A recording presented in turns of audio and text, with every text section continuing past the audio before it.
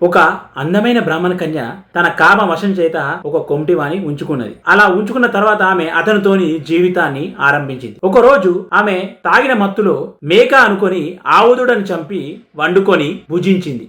పూర్వం ఇక్ష్వాకు వంశంలో మిత్రసహుడను పేరుగల రాజు వేద మార్గ తత్పరుడై రాజ్యాన్ని ధర్మంగా పాలిస్తూ ఉండేవాడు. ఒకనాడు అతడు అడవికి పోయి క్రూరమైన జంతువులను వేటాడుతూ ఒక చోట ఒక భయంకరమైన రాక్షసుని చూచాడు. రాజు అతని మీద బాణాలు వేసింది. ఆ బాణాలు గుచ్చుకొని ఆ రాక్షసుడు నేల కూలి అక్కడనే ప్రాణాలు విడుస్తూ అతని సోదరుని పిలిచి ఆ రాజుపై ప్రతీకారం తీర్చుకోమని ఆదేశించాడు. ఇక ఆ రాక్షసుని సోదరుడు తన రాక్షస మాయ చేత ఒక సామాన్యుని మానవ రూపంలో రాజు వద్దకు వచ్చి ఎంతో వినయంతో రాజుకు సేవ చేయసాగాడు. ఒక రోజు రాజు తన ఇంట పితృశార్థానికి వశిష్ఠాది మహర్షులను భోక్తలుగా ఆహ్వానించాడు. ఆ రాక్షసుని సోదరుడు మానవ రూపంలో సేవకునికి రాజు వద్దకు చేరాడు కదా. అయితే ఆ రోజు వశిష్ఠాది మహర్షులు రాజుగారింటికి భోజనానికి వచ్చారు కదా. ఆ సమయాన్ని ఆసరాగా చేసుకుని తను రహస్యంగా వారు తినే భోజనంలా నరమాంసాన్ని కలిపాడు. భోజన సమయంలో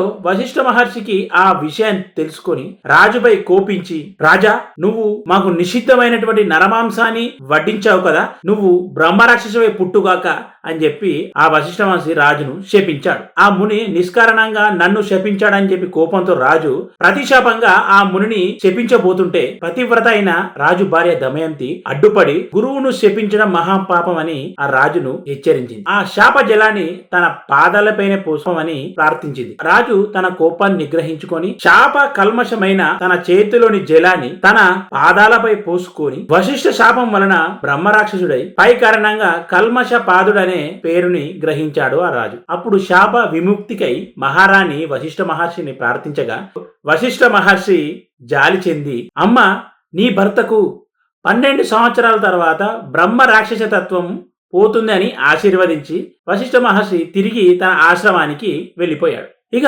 అప్పటి నుండి కల్మషపాదుడైన ఆ బ్రహ్మ రాక్షసుడు ఆ ఘోరమైన అరణ్యంలో నివసిస్తూ అచ్చటి క్రూర జంతువులను మనుషులను పట్టుకొని తింటూ ఉండేవాడు. అలా ఉండగా ఒకసారి ఈ బ్రహ్మరాక్షసుడు అటుగా వెళ్తున్న ఒక బ్రాహ్మణ్ణి పట్టుకొని చంపి తిన్నాడు. అందుకు ఆ బ్రాహ్మణుని భార్య శోకంతో, నీకు వశిష్ఠ శాపం తీరి నన్ను నా భర్తను ఎడబాటు చేసిన పాపానికి నీవు నీ భార్యతో సంగమం చేస్తే నువ్వు నశిస్తావని చెప్పి శపించింది. కొంతకాలానికి వశిష్ఠముని శాపం నుండి విముక్తుడైన రాజు నగరానికి ప్రవేశించాడు. రాజు యొక్క రాక కోసము రాణి ఎంతో ఆతృతతో ఎదురు చూస్తూ ఉంటుంది.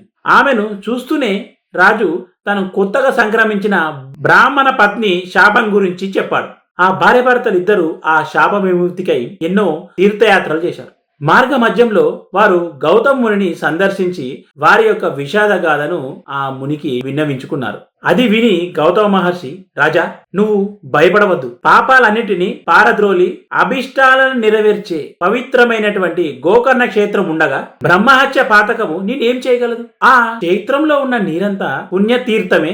అక్కడ ఉన్నటువంటి శిలలన్నీ శివలింగాలే. ఆ పవిత్ర క్షేత్రంలో మానవులకు పొందరాంది ఏముంది? క్షేత్ర మహత్యాన్ని తెలిపే ఆ విషయం ఒకటి నేను ఇక్కడ చూచింది నేను మీకు చెప్తాను అని గౌతమ మహర్షి వారితో అన్నాడు. పూర్వము సౌదామిని అనే ఒక అందమైన బ్రాహ్మణ కన్య, ఆమెకు యుక్త వయసు దాటిన తర్వాత ఆలస్యంగా ఒక పేద బ్రాహ్మణుతో ఇష్టం లేని వివాహము బలవంతంగా చేశారు. కొద్ది కాలానికే ఆమెకు పిల్లలు కలగక ముందే ఆ బ్రాహ్మణుడు మరణించాడు. ఆమె కామ వశం చేత ఒక కొమిటివాణ్ణి ఉంచుకున్నది. త్వరలోనే ఆ రహస్యము బంధువులందరికి తెలిసి వారందరూ ఆమెను వెలివేసి ప్రాయశ్చిత్తం చేసుకున్నారు.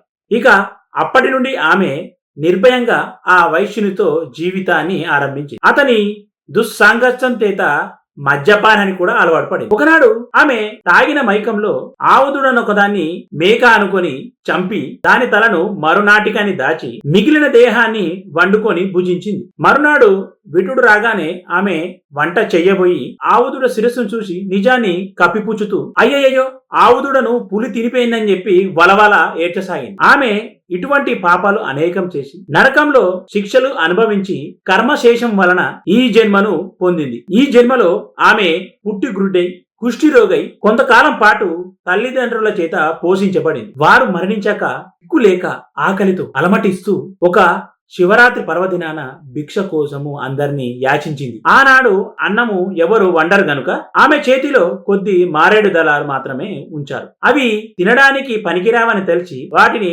అక్కడనే జారవిడిచింది. ఆ బిల్వమంతా ఒక లింగం మీద పడింది. అది ఆమె చేసిన శివపూజ.